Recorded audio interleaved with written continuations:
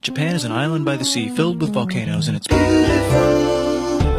In the year -1 billion, Japan might not have been here. In the year -40,000, it was here, and you could walk to it, and some people walked to it. Then it got warmer, some icebergs melted, it became an island, and now there's lots of trees, because it's warmer. So now there's people on the island, they're basically sort of hanging out in between the mountains, eating nuts off trees, and using the latest technology, like stones and bowls. Ding dong, it's the outside world, and they have technology from the future, like really good metal and crazy rice farms. Now you can make a lot of rice really, really quickly. That means if you own the farm, you own a lot of food, which is something everybody needs to survive. So that makes you king. Rice farming and rice kingdoms spread across the land, all the way to here. The most important kingdoms were here, here, here, here, here, here, and here. But this one was the most important, ruled by a heavenly superperson, or emperor for short.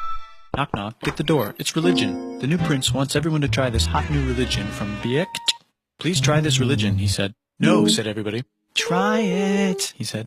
No, said everybody again, quieter this time. And so the religion was put into place, and all the rules that came with it.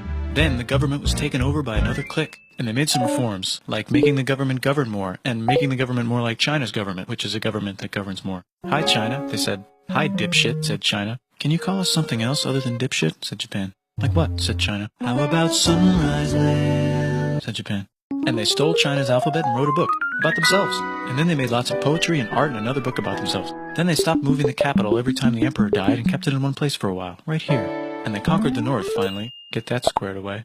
A rich hipster named Kukai is bored with modern Buddhism, visits China, and learns a better version, which is more spiritual. Comes back, reinvents the alphabet, and causes art and literature to be great for a long time. And the royal palace turned into such a dream world of art that they really didn't give a shit about running the country. So if you live outside the palace, how are you supposed to protect your shit from criminals? Hire a samurai. Everyone started hiring samurai. Rich, important people hired samurai. Poor people who could not afford to hire samurai did not hire samurai. The samurai became organized and powerful, more powerful than the government. So they made their own military government. Here, they let the emperor still be emperor, but the shogun is actually in control.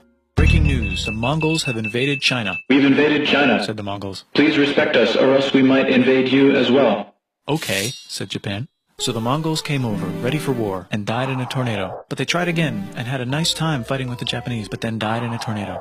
Then the emperor overthrows the shogunate. Then the shogunate overthrows him back and moves to Kyoto and makes a new shogunate. And the emperor can still dress like an emperor if he wants, that's fine. Now there's more art. Like painting with less colors, collaborative poetry, plays, monkey fun, tea parties, gardening, architecture, flowers. It's time for who's going to be the next shogun. Usually it's the shogun's kid, but the shogun doesn't have a kid. So he tries to get his brother to quit being a monk and be the next shogun. He says okay, but then the shogun has a kid.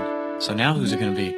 Vote now on your phones. And everyone voted so hard that the palace caught on fire and burned down. The shogun actually didn't care, he was off somewhere doing poetry. And the whole country broke into pieces. Everyone is fighting with each other for local power, and it's anybody's game. Knock knock, it's Europe. No, they're not here to take over, they just want to sell some shit, like clocks, and guns, and Jesus. So that's cool, but everyone's still fighting each other for control, now with guns. And wouldn't it be nice to control the capital, which right now is puppets, with no one controlling them?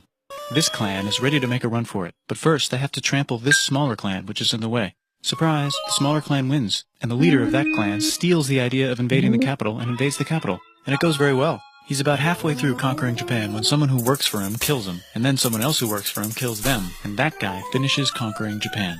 And then he confiscated everybody's swords, and made some rules. And now I'm going to invade Korea, and then hopefully China, he said, and failed, and also died. But before he died, he told these 5 guys to take care of his 5-year-old son until he's old enough to be the next ruler of Japan. And the 5 guys said, yeah, right, it's not going to be this kid, it's going to be one of us, because we're grown-ups. And it's probably going to be this guy, who happens to be way more rich and powerful than the others.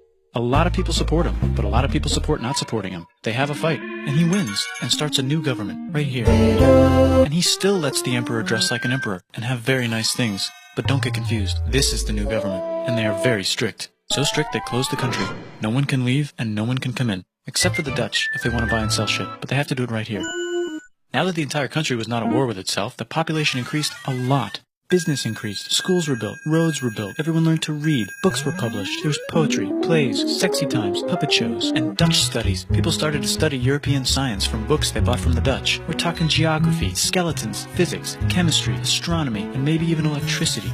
Over time, the economic and cultural prosperity began to gradually slow down. Knock knock. It's the United States, with huge boats, with guns.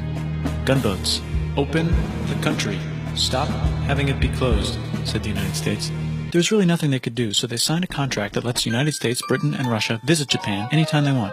Choshu and Satsuma hated this. That sucks, they said. This sucks. And with almost very little outside help, they overthrew the shogunate and somehow made the emperor again and moved him to Edo, which they renamed Eastern Capital. They made a new government, which was a lot more Western. They made a new constitution that was pretty Western, and a military that was pretty Western.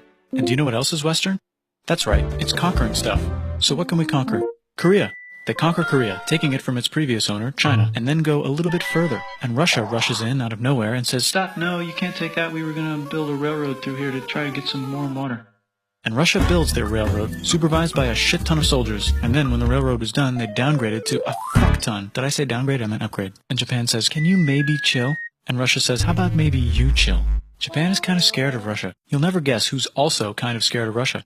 Great Britain. So Japan and Great Britain make an alliance together so they can be a little less scared of Russia. Feeling confident, Japan goes to war against Russia, just for a moment, and then they both get tired and stop. It's time for World War I. The world is about to have a war, because it's the 1900s and weapons are getting crazy, and all these empires are excited to try them out on each other. Meanwhile, Japan has been enjoying conquering stuff and wants more. And the next thing on their list is this part of China and lots of tiny islands. All that stuff belongs to Germany, which just had war declared on it by Britain because Britain was friends with Belgium, which was being trespassed by Germany in order to get to France to kick France's ass because France is friends with Russia, who was getting ready to kick Austria's ass because Austria was getting ready to kick Serbia's ass because someone from Serbia shot the leader of Austria's ass. Or actually shot him in the head.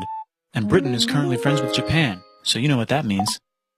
Duh, Japan should take the islands. Which they wanted to do anyway, so they called Britain on the telly to sort of let them know. And then they did it. And they also helped Britain a little here and there with some errands and stuff.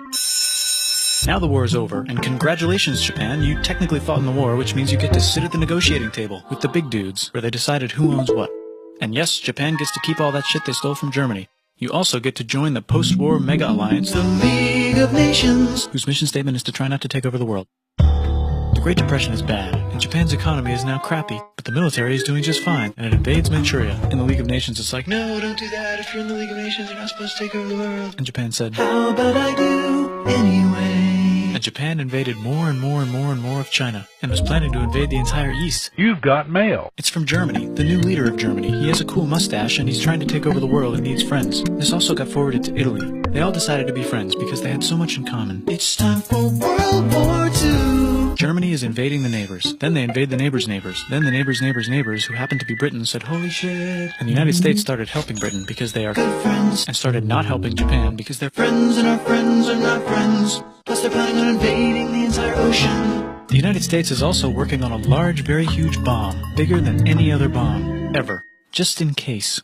But they still haven't joined the war. War looks bad on TV, and the United States is really starting to care about their image. But then Japan spits on them in Hawaii and challenges them to war. And they say yes. And then Germany, as a symbol of friendship, declares war on the United States also. So the United States goes to war in Europe, and they help the gang chase Germany back into Germany. And they also start chasing Japan back into Japan.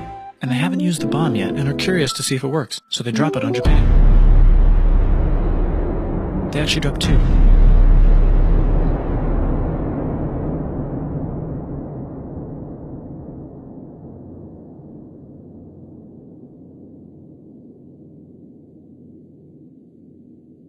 The United States installed a new government, inspired by the United States government, with just the right ingredients for a post-war economic miracle. And Japan starts making TVs, VCRs, automobiles, and camcorders as fast as they can, and also better than everybody else. They get rich, and the economy goes wild, and then the miracle wears off. But everything's still pretty cool, I guess. Bye.